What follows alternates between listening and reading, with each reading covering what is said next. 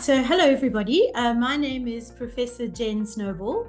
I'm a professor of economics at Rhodes University, and I'm here today with Dr. Nyasha Gatawa. She has got her PhD from the University of the Witwatersrand, and she's a researcher specializing in the creative industries, specifically fashion, sustainability and the environment. So welcome, Doc. Very nice to have you talking to me today. Nice to be here as well. Thank you. So what we're going to do is to talk about our recent article, which has been published in the African Journal of Creative Economy. And this was about scoping the fashion sector in South Africa. That we collaborated on. So we hope we're going to find you will find this interesting. So just to kick off, Doc, why would you say it's important to study the fashion industry specifically in the African context? Generally, fashion is a very under-researched area, especially in Africa. I found that also during my master's when I was looking at fashion.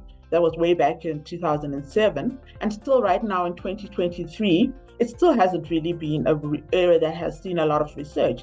So that they need to find out more about what's happening in the fashion industry, and also because of its contribution to job creation as well as to the economy. So it's not just a periphery industry where we can just say, fashion is a small industry. It actually is, with the sub-Saharan Africa, quite a significant. I think it contributes about 31 billion of clothing and apparel and footwear industry. So it's an industry that has a lot of clout and a lot of potential as well. So delving into it is definitely not something we can take lightly. It has enormous potential to contribute. Great, thank you. Yeah, I think a lot of people don't realize that about the creative industries. They think that they're kind of the small niche fun part of the economy, but they're actually quite a big and, as you said, important contributor. So if we turn now specifically to the paper, what were the main things that this paper set out to do?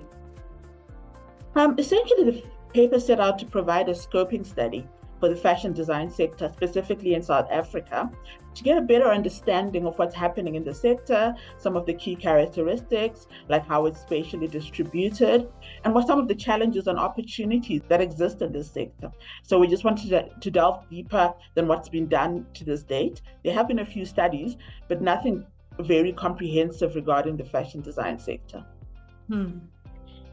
Yes, that's true. And I mean, I guess one of the things everyone's wondering about also is, how we're recovering from the COVID period, now that I think we can say that we are in the post-COVID era. So this research paper is one of the first that has been published in the new open access African Journal of Creative Economy.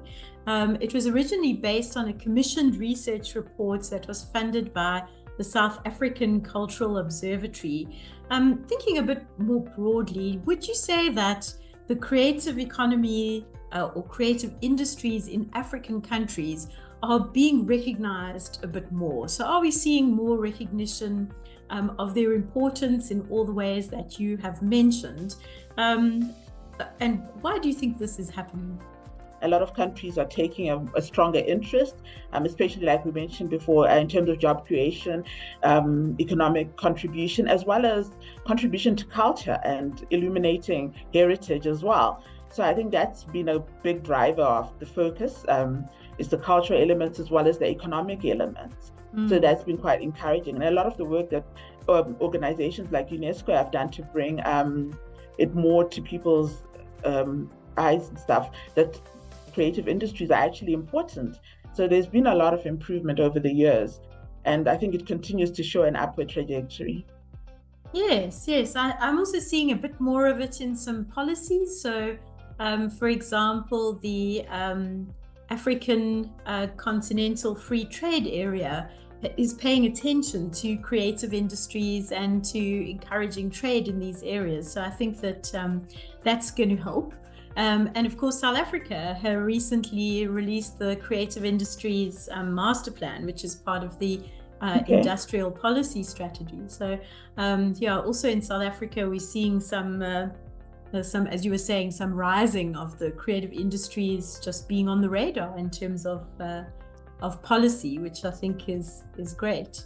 If we go back now specifically to the findings of this article and fashion in particular, one of the things that we saw during COVID was that people were shopping more online. I mean, partly because we couldn't go out or it wasn't safe to go out. But do you think that these new online platforms are offering African fashion designers some opportunities and maybe also some challenges? Definitely, e-commerce has risen, as you said, especially post-COVID. We've seen a lot of during COVID, all the sort of shops were closed. So a lot of the stuff was happening online. And this is, since COVID, it seems to be continuing. I think even designers are starting to have Facebook pages, social media pages, and platforms where people can actually buy their wares. In terms of risks in this area, in terms of issues of intellectual property come to the fore as well. How are you going to protect your brand when you've got, so many people who could copy it? Literally, you are opening yourself up to a wider audience. And also cybersecurity, how safe is your platform? Are your customers safe actually using your platform? There's also stuff like customer satisfaction. Now that you don't meet your customers face to face, are you able to actually satisfy them in the sense? You're more likely to have more complaints and other such scenarios that may actually happen, fraudulent activities. So you do open yourself to a can of worms in terms of what you're doing. But I think the benefit outweighs the sort of disadvantages. And I don't see the world going back in time. I think the digital economy is certainly going to keep going forward. So I think designers have to work with that and see how they can leverage these digital platforms for their brand. Yes, I think that the branding is really at the heart of this. So it's maybe a really good way to get in contact also with potential customers outside of your city or even outside of your country. But South African designers and African countries, I think in general, have kind of struggled to compete on the international market in terms of just competing with big international companies, getting into those value chains, so reaching the market, and then also having to take on imports, sometimes cheaper imports from the rest of the world. Are you sort of seeing those challenges as well in your work and in the findings of this article? Yeah, definitely challenges around competition, definitely. If I look at the South African context, during the apartheid era, the industry was quite protected, worked in a very insular kind of situation. But afterwards, they were suddenly open to the rest of the whole world, and competition became something that they had to seriously deal with. And I think that is still what's happening, especially with the cheap fashion imports that are coming from countries like China, where they produce them very cheaply and can sell them at a very low price. The issue of whether you can compete with such, and not only on the lower end of sort of the cheap fashion imports, but even on the higher end. Now that your markets are more open, are you able to actually compete? So I think we've seen that in South Africa, definitely. And designers have to actually see how they can build stronger brands and how their brand can actually compete. Yes. I think maybe that'll be a spur towards innovation and improvements in quality and all kinds of things, but definitely harder to compete on those global platforms. Sort of following on from that a little bit and now linking to some of your previous research and area of specialization, there's been a lot of attention in the media lately about the environmental damage that fast fashion can cause.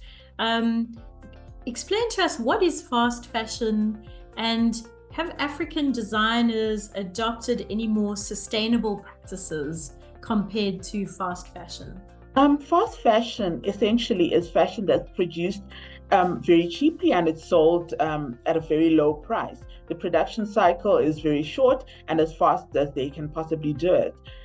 say from the speed with which retailers move from the catwalk to the actual retail stores is very fast. So it's made cheaply without too much of a focus on quality and durability. It's more interested in mimicking the actual trends on the catwalks. So, it's seen as trendy, but quality is reduced. It also has problems with waste management because it's actually produced in large quantities. And then that's actually an opposite to slow fashion, which is fashion which designers probably do a lot more of that. That is more concerned with longevity and quality, and also paying attention to things such as waste management. Mm-hmm. Yes, I think that's hopefully going to become much more prevalent in design choices as well. In one of your previous articles, you mentioned, though, that while many fashion designers in Africa have got quite a strong focus on sustainable production and on slow fashion, as you were explaining, there's maybe a bit of a mismatch between them and the buyers who may be looking for those kind of fast fashion items.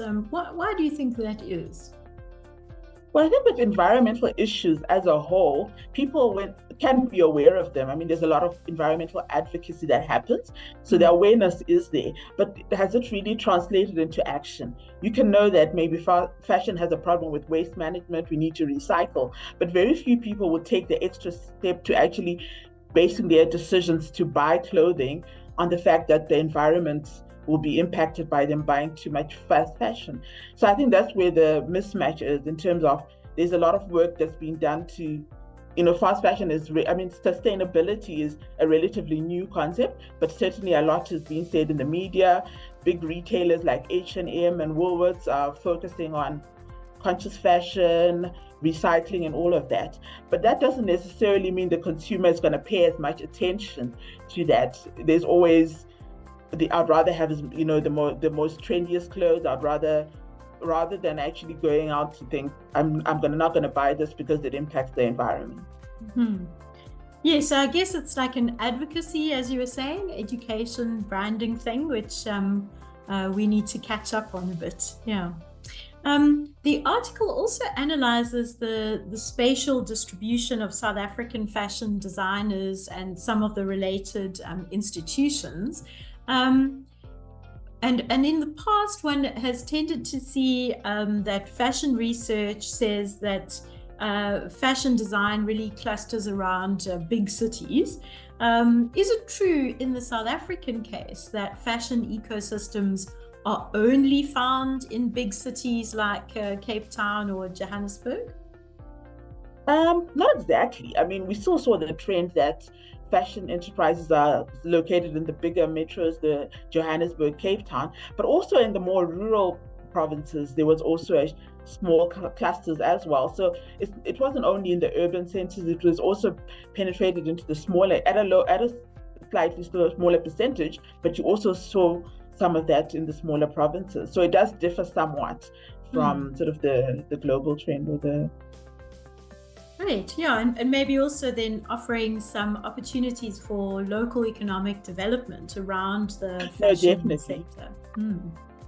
Right, so finally, just to wrap up, if you had to identify some of the key challenges but also opportunities facing African fashion designers right now, what would some of those be?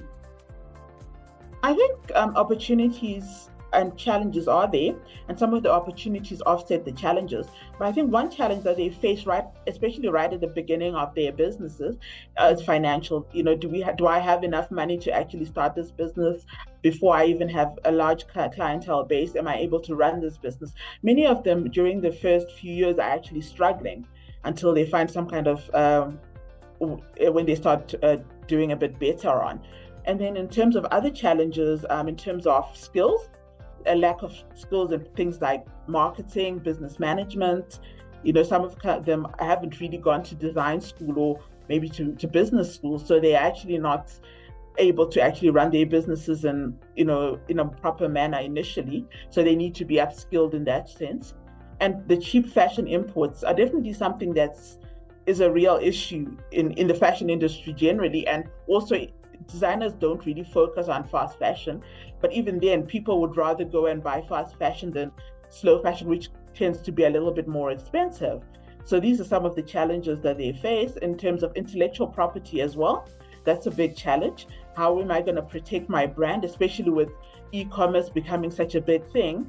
Am I protected, or am I putting myself in harm's way?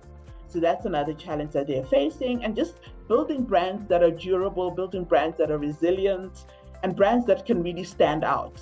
I think there's more work to be done in that area, and trying to build brands that can compete internationally and even in local markets. Instead of the opportunities, I think e-commerce, while we said earlier, presents risks, it also is an opportunity. You open yourself up to a global market. It's more people can see your brand. So tapping into that market is certainly an opportunity area. And as I mentioned before, just building your brand in such a way that you can compete with other, benchmarking it with the best internationally, are also opportunities. So, I think in the end, the opportunities outweigh some of the challenges. Great, thank you. That's a really good way of looking at it, I think, and a good way to wrap up the interview. So thank you very much, Dr. Gatawa, for chatting to me about the research and African fashion in general.